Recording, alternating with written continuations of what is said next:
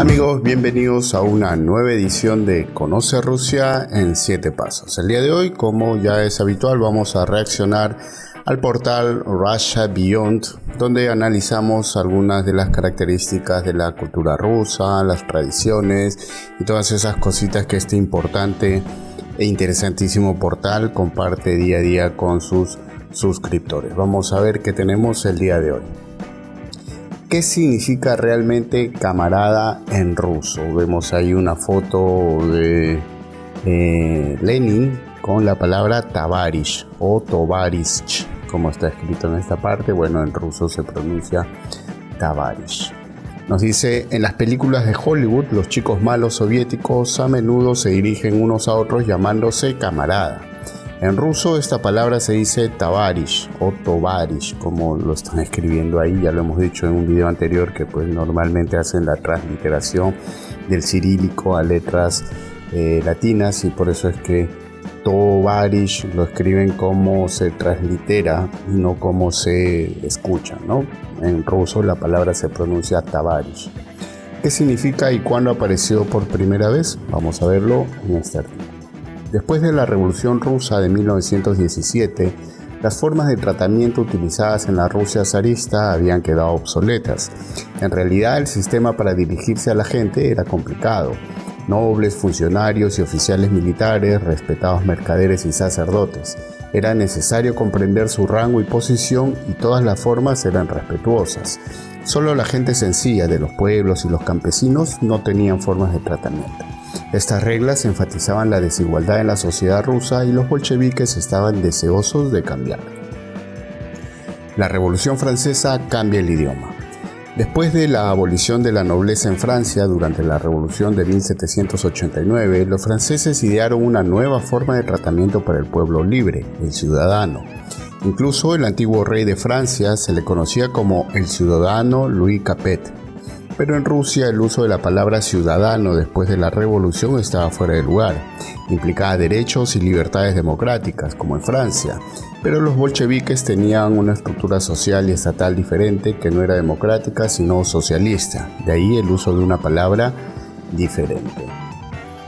Vemos ahí una imagen donde dice Vaya Lampa Tavarish Ingenier.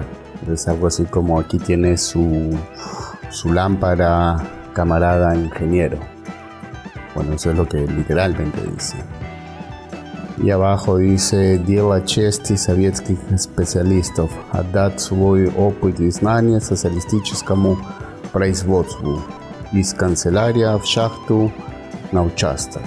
¿No? Y dice, bueno, además dice, es deber de un especialista soviético honorífico entregar toda su experiencia y conocimiento a la producción socialista, desde la oficina a la mina y de ahí al espacio de trabajo. Eran los placats o los pósters que se utilizaban en esa época para llamar a las personas al trabajo. Y vemos pues evidentemente aquí un minero, un hombre trabajando en una mina. El socialismo nació en Alemania y los primeros socialistas adoptaron el término camarade como forma de expresión. En latín, camarada significa literalmente compañero de cámara, y según varios estudios lingüísticos probablemente se utilizó para denotar a personas que compartían el mismo dormitorio durante sus estudios. Después de la Revolución Francesa y las revoluciones europeas de 1848, camarada se convirtió en una manera de llamarse afectuosa para las personas que compartían las mismas ideas socialistas y, lo que es más importante, luchaban por ellas. Pero los rusos no decían camarada, tenían su propia versión, tavarish. Hermano en el comercio. En ruso, tavarish no significa inicialmente amigo, sino hermano en el comercio. La palabra proviene de la raíz tavar, que significa mercancía, y tavarish era un socio de actividades comerciales, con el que se comerciaba. Tenía una connotación comercial obvia. Entre los cosacos, un miembro legítimo de la comunidad era llamado tavarish. El término también se utilizaba en la administración pública. De 1802 a 1917 hubo un puesto de funcionario llamado tavarish del ministro, equivalente a viceministro. Nuevamente tenemos un póster que dice Ruk, Tavarish y Brat. amigo, camarada y hermano, ¿no? Y en la parte de arriba dice Гуманные отношения, взаимное уважение между людьми, человек человеку. Dice las relaciones humanas y el respeto mutuo entre las personas, entre hombre y hombre, o entre persona y persona. Después de la revolución, los bolcheviques adoptaron rápidamente Tabarish como una forma universal de dirigirse a los suyos, es decir, al pueblo comunista. Al igual que Luis XVI, a quien se le llamó ciudadano Louis Capet, después de la Revolución Francesa al zar Nicolás II se le llamó ciudadano, pero no Tabarish, porque no podía hacerlo. Es más, si alguien le decía no eres un Tabarish para nosotros, era un grave insulto entre los bolcheviques. En la década de 1930, este insulto también podría llegar a ser mortal, ya que llevaba la acusación de no ser comunista, lo que básicamente implicaba ser un enemigo ideológico. ¿Tabarish o ciudadano?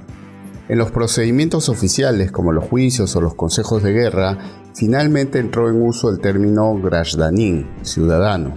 Un ciudadano no era necesariamente un Tabarish. Bueno, aquí vemos otro póster de Nikita Khrushchev con Lenin encima. Dice Nashi Celi Yasny, Sadache Apridilini. Nuestros objetivos están claros, nuestras tareas están definidas. Al trabajo, camaradas, ¿no? Bueno, una forma de publicidad de esa época. Es un póster que pertenece a Bielopolsky, B de esa época, Baris tal vez. La forma femenina no se aplicaba a esta palabra. Tabarka quedó obsoleta rápidamente y se llamaba a las mujeres usando la forma masculina. Sin embargo, sus apellidos todavía tenían terminaciones femeninas, como por ejemplo Tabarish Ivanova. La forma masculina habría sido Tabarish Ivanov. Sobre los apellidos, bueno, ojalá que tengamos algún artículo que es muy interesante, ¿no? Como si se trata de una mujer, el apellido varía en su terminación, ¿no? Ovna, Evna. Y si es masculino o un hombre, cambia, pues, ¿no? En F o OF. Pero bueno, ojalá que tengamos en algún momento un artículo sobre eso. Entre los militares soviéticos y luego rusos, ucranianos y bielorrusos, Tabarish se convirtió en una fórmula de uso habitual. Los superiores se dirigen a los subordinados usando su rango y apellido, o su rango y Tabarish, es decir, Capitán Petrov o Tabarish Capitán. Los subordinados se dirigen a los superiores usando solo Tabarish y rango, Tabarish Coronel, por ejemplo. Aquí tenemos una imagen de Leonid Brezhnev, que creo, no, ese sí era Khrushchev, de Leonid Brezhnev. Es una foto de Víctor Kozhevoy, Vladimir Musaelyan. En la tradición soviética, a los líderes del Partido Comunista siempre se les llamó Tabarish, Tabarish Stalin, Tabarish Brezhnev, etc. ¿Qué ocurre actualmente? Hoy en día en Rusia no existe una forma prescrita de tratamiento. En ocasiones formales se utilizan los términos Gaspadin, señor, y Gasparra, señora, anteriores a la revolución. Grajdanin, ciudadano, tiene una connotación formal e incluso hostil, en un guiño obvio a los tiempos soviéticos. Tabarish se utiliza ahora en gran medida de forma irónica. Para hablar de un conocido se usa priatel o znakomy, literalmente conocido.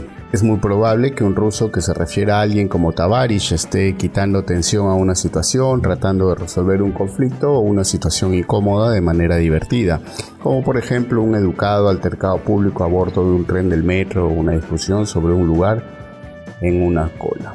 Así que, bueno, esta ha sido la reacción, un poco el análisis y compartir la forma de por qué se utilizaba esta palabra antiguamente. Como hemos visto, era una forma de intentar diferenciarse y de uniformizar además el tratamiento entre las personas. En la actualidad, como bien lo dice este artículo, ya no se utiliza así de una manera jocosa, incluso yo entre algunos amigos, con gente de la universidad, como una forma también de hermanamiento o de alguna manera de ser muy cercanos. Nos decimos Tabarish, pero es nuevamente, como lo digo, una forma de broma, ¿no? Así que espero que les haya sido interesante esta lectura. Síganos como siempre en nuestras redes sociales, en Facebook, en Twitter y también en YouTube. Nos vemos en una próxima oportunidad. Chao.